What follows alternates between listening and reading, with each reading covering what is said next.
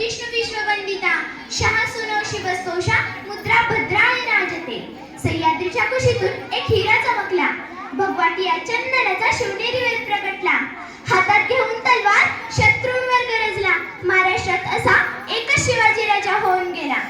मित्रांनो, हिंदवी स्वराज्य स्थापन करणे हे शिवरायांचे स्वप्न होते।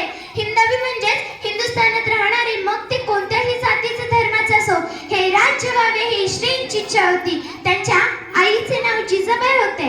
त्यांनी शिवरायांना अनेक शूरवीरांच्या कथा सांगितल्या होत्या।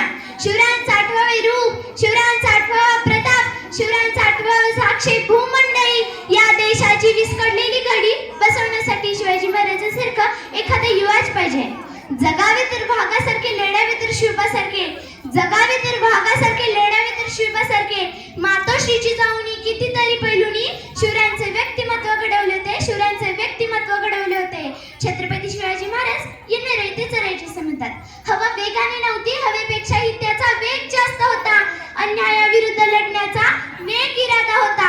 असा जिजाचा शिवबा लाखात एक नव्हे तर जगात एक होता, जगात एक होता। शेवटी एवढेच बोलते, श्वासात रोखुनी वादळ, डोळ्यात रोखली आग, श्वासात रोखुनी वादळ, डोळ्यात रोखली आग।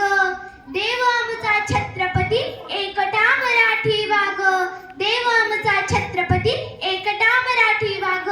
एवढे बोलून मी माझे भाषण संपविते। जय हिंद, जय महाराष्ट्र, जय शिवराय।